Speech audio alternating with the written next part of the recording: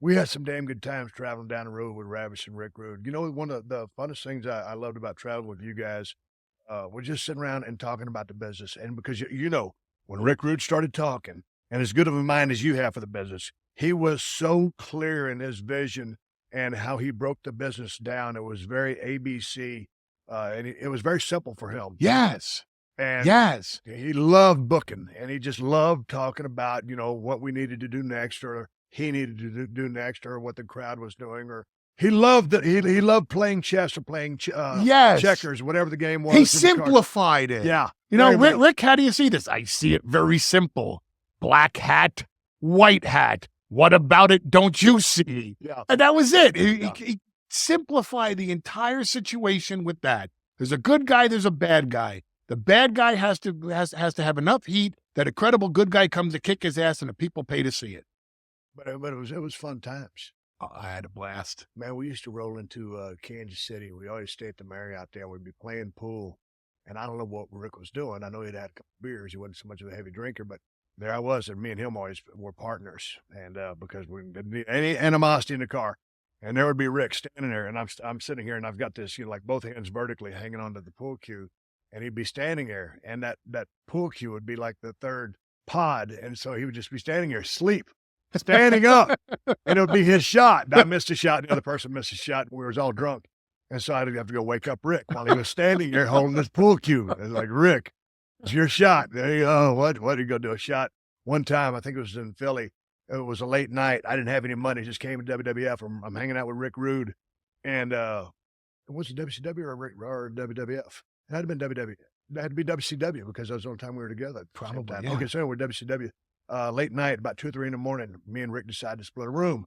All times we traveled together, you know, I always stayed by myself. Or Right, you would stay at the we'd stay at the Marriott, and Yeah. you would always be at the Motel 6. You go, Steve, you have to upgrade a little. And you're like, I'm just a simple man, Rick. I like a Sonic hamburger.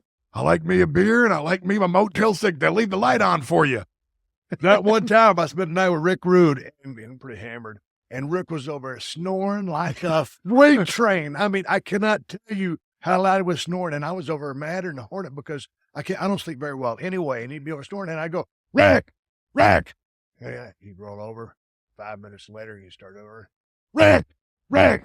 You know, 5 minutes. And I'm getting madder and madder and madder. But what are you going to do? Wake up Rick Rude? I mean, it was a badass dude anyway. And he's a senior guy. He's a veteran in the business. And just start going, dude, shut up. I cannot sleep. I'm the rookie in the room. So I'm trying to show him respect. So anyway, point is, I didn't sleep an ounce that night.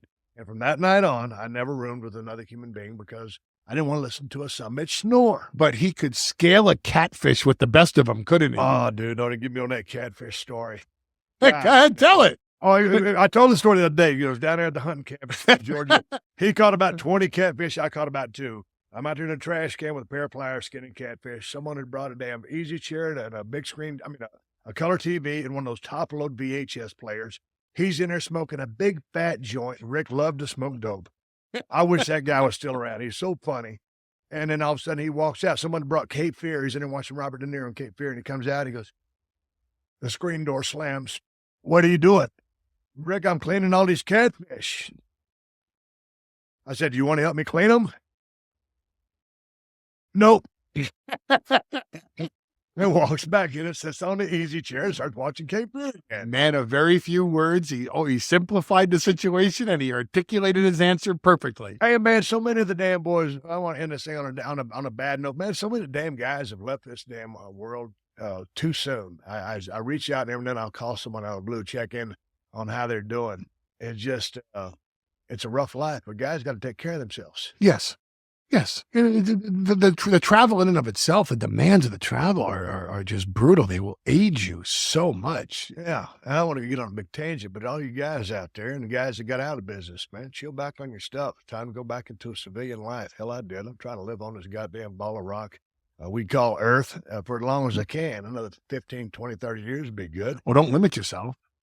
Wait, man, come on, man. I'm 49. You know, if I get 30 years, I'm good. Okay. That'll be time to get the deal in. I don't want to check out that early. I'd like to hang around a little longer. You're not going to be the guy in a nursing home with a guy you're like, okay, Paul, Mr. Heyman, because he's 20 or she's 20, we're going to change your diaper. You know, Hey, what are we going to do with Pop? You know, my children sitting there. Could you put Dad in the garage today? I have friends coming over, you know. And they wheel me into the garage, and like, you know, that's what my kids will end up doing with. What does Pop want to do today? Oh, he said he wanted to watch his ECW DVD highlight reel again. I don't, you know, the funny, because he asked me about the barbed wire city. I don't watch anything old. I really don't. Yeah. I don't. I don't wax nostalgic. I just, you know, I learned that from being a kid. You know, my mother was a Holocaust survivor. So Wow. you know, it was always about moving forward into the future. You can't really hang on to the past. You can't live in the past. So I just, my kids watch it. Right. But, you know, and I meant it sincerely. I tried to take away all the YouTube stuff that they watch, just because I was like, that's not daddy anymore. You know, let them watch now. And, I never watched the past. And of course, that's how you know I'm old and senile. Hey, that was me. Right there. All right, we're going to wrap up this edition of the Steve Austin Show. I rounded up Paulie down there in the green room. He came up here. I don't have one single note. Didn't look at a computer. Called it in the ring. Thank you for your time. Appreciate you going by the room. It's Thanks, my Paul. pleasure. Can we get room service now? Man,